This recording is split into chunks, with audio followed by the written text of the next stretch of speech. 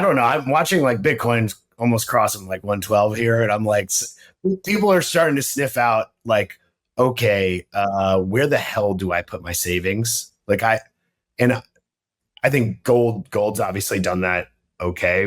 When the con game is up, like this is clearly all just a confidence game, and I think more and more people are like, oh shit, like what's the out here?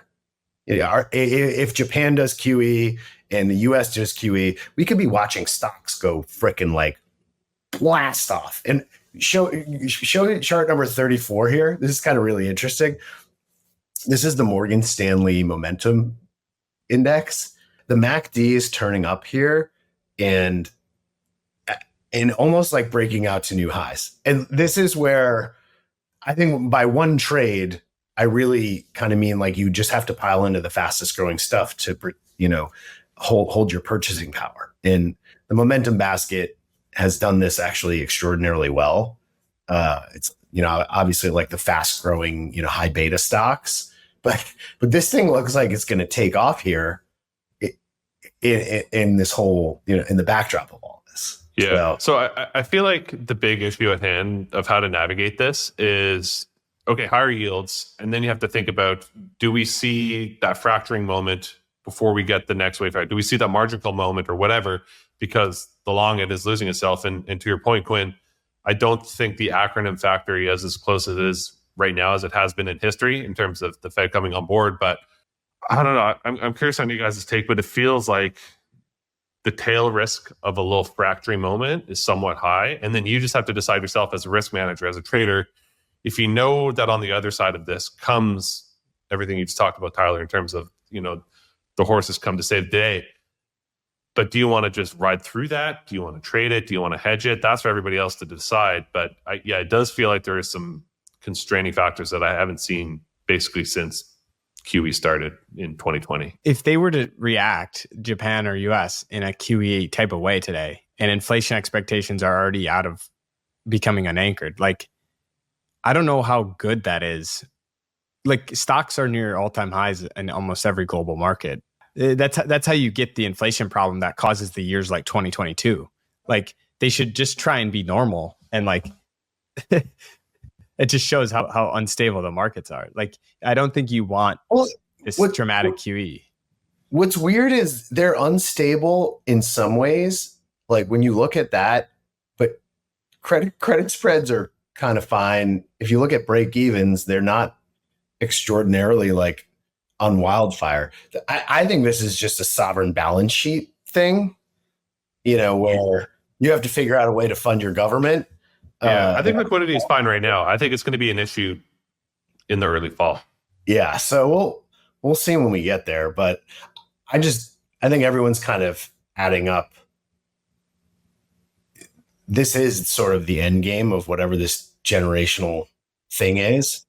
And I just think we're going to end up massive asset inflation more than anything else. Yeah, I do too. And I feel like that's where I feel okay to risk that fracturing moment if I'm in gold and Bitcoin, because I know that on the other side of that comes what we're saying there is. But then when I look at like US assets and US equities, when we look at those headwinds of capital repatriation, I don't feel as confident wanting to hold through that dynamic. I don't know about you guys. True. Yeah, that's the big question mark to me. Is like, does some of the global capital flows settle down, and do you get, I don't know, just Japan calm down, does China calm down, and you have like a global peace dividend, and in that's the Goldilocks scenario where the world just works better. I mean, presumably, Tyler, if people are correct in that the U.S. is heading towards Japan, that's really bad for equity markets. That's multiples. I think the thing to remember. I think stocks went up in Weimar Germany. I mean, it's selective. It's probably you're going to different areas to retain your purchasing power. Like maybe it's all the piling in of largely tech has been the inverse of energy stocks. And if you think about the centralization that tech has only been allowed because you had like globally disinflationary backdrop. And if those things are reversing, the innovation from tech is going to probably drop, relatively speaking. Well, that's what I'm saying. Japan's stock market is below where it was on January 1st, 24. So it's not good. And the other thing to remember here is when you're buying a stock, or let's just say the US index that's trading at, 20 some times now, it's back to basically where it was pre tariff, pre whole sell off. You're not just betting on growth. You're betting on growth plus sustained, capital inflow mode. Plus, you're betting on so much more, than just the company's earnings holding up. So that's why I think, Felix, you're right to point out the risks, because in this world where inflation comes back, or the U.S. has to eventually stepping into, being required to do QE is damaging to investor confidence more than it is helping, right? We're kind of at some point here crossing the Rubicon where it's like, okay, when we're at pure panic and you step in, you're at the floor, there's a lot of room to go up.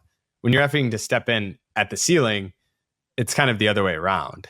That's why I'm so bullish the rest of the world, because look at the fiscal capacity of other countries. The U.S. is fully maxed out, and you have these these headwinds of capital repatriation.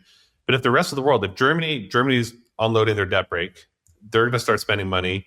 If you just look at the rest of the world that has been underspending, if they go from a fiscal deficit of 2% to 5%, that feels like they have a lot more fiscal capacity and a lot of a cleaner trade to own that versus U.S.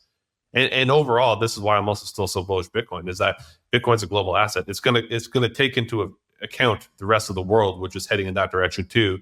So if I just own those and then just not own the U.S., I can isolate away from those risks. That's how I see it.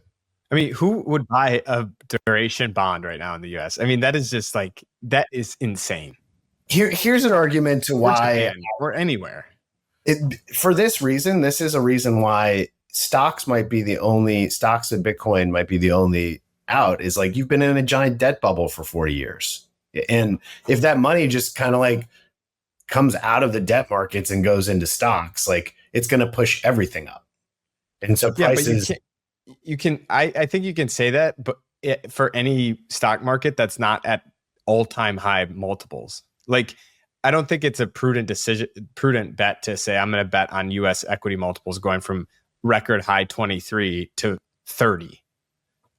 I'll take that bet globally, in a market with tailwinds and the equity markets at 10x. But I don't feel like that's a good proposition at 23 at where we're at.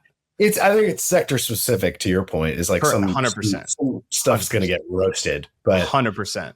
Yeah, it's a weird. I think what worked, the massive, inflows to your automatic inflow to your 401k into S&P is going to be, that's a recipe for disaster. And there's going to be great strategies that take advantage of that whole ecosystem, I think, going forward. I mean, look at this chart of outflows from U.S. small cap stocks. I saw this today and it blew my mind. Look at those outflows, record outflows. Small business just getting murdered. Doesn't this tell you, this is part of my political framework, which is this should be when you have this, you're just living in a centrally planned economy with the stock market close to all-time highs. It's just the winners, you've already had monopolies and your small caps can't keep up with the centralized planning, of the large cap indices and the centralized flows. It's really terrible. The innovation, most of the innovation should come from like your small cap universe. I'm trying to pull up this chart and get it in the deck really quick, but the fun one to watch is those ETFs that are mutual funds that are the Vanguard retirement accounts.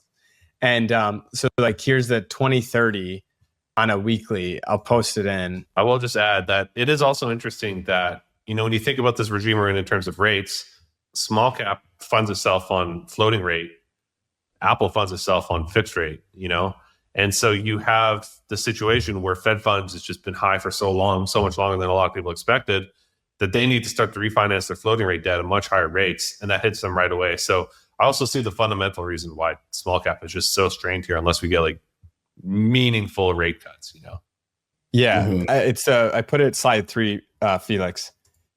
which this is like for Tyler's Boomer Ponzi. This is the perfect Boomer Ponzi meter because this is the 2030 Vanguard Retirement Mutual Fund.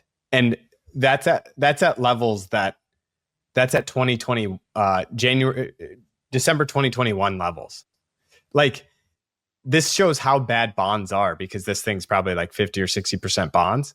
And they're just not doing anything. Like, why would you invest? It is crazy. Keep in mind, this is in nominal terms. And how much inflation have we had since December 2021? A lot. So like, your real returns, there's a big cost. It's just mind-boggling to think about like the average person's retirement account options is like all of this crap. And then you circle back to what we talked about at the beginning of the show where Scott Besson's talking about running the economy hot to run out of debt. That's telling you that this is going to continue. Mm-hmm. Yeah, it's basically just taxing the boomers who are sitting in the fixed income. And that's like the way you got to do it. That's like you can't crater their net worth like in their house prices and all this, but you just tax the hell out of them by they're all sitting in fixed income because they retire in 5 to 10 years. So they're like 10% stocks, 90% fixed income. And you make the real returns just disgusting. The irony of that whole thing is that you'd think you'd be looking at your portfolio and being like, I'm not making money and I'm getting eaten up by inflation. How do I, asking yourself the question, like boomers should be actually asking like, why is this Bitcoin thing like crushing? But I don't think their world is completely different. They came from like their brothers and sisters getting drafted in Vietnam, and like to ask about a cryptocurrency is like, think about that transfer of history. You're like, but we can do it because we're like, future is now, old man. We've been through a financial crisis, a pandemic. We don't work in offices anymore. Like, there's like some malleability to millennial and Gen Z brains to a certain extent. Gen Xers, I find, what is really fascinating is like just the generational difference. I don't know if you found this in the workforce where it's like Gen Xers are just on the cusp where they're in like power positions of more of the older mainstream organizations that like they're probably making enough money to like satiate themselves on the inflation, and to get to this like new industry or like new capital base of like Bitcoin or fiat, cryptocurrency.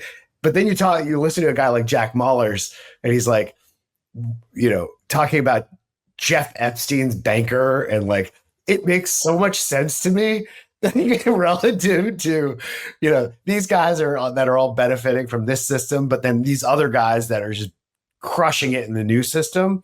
And there's this whole horde of people in between, which is basically me. And it's like, should I jump into the crypto full time or should I stay in the legacy hedge fund world? And eventually I think there's one thing. It's like, you have to be on the frontiers. Otherwise you're going to get crushed. Like, think about if you're at like Fox or CNN now, and you're watching just mainstream news eat itself. All these weird incentives are like you have to wait for someone to die to get a promotion, and meanwhile you can just like Blockworks is growing like mad. You get promotions. Felix getting new artwork. I think that's Matisse in the background. Oh yeah, buddy, it is.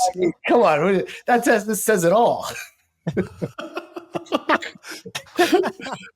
The problem with Tyler is he's like fucking 6'8", and huge, so you can't give it back to him. Man, we're gonna have a stacked panel at Permissionless, looking at our height statures. I mean, Quinn, you're pretty tall, but Tyler and I are. Well, I mean, I haven't met Tyler yet in person, but we'll see. Felix like 6'3", 6'4". We're probably the same size. Yeah. Anyway, all right, guys, we'll leave it at that before we go on too many tangents. But another great one. Yep.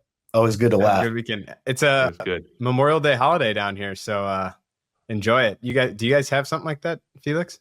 Yeah, ours was last weekend. For some reason, they just didn't want to line it up, so I was out Monday. But it's like your guys' Thanksgiving.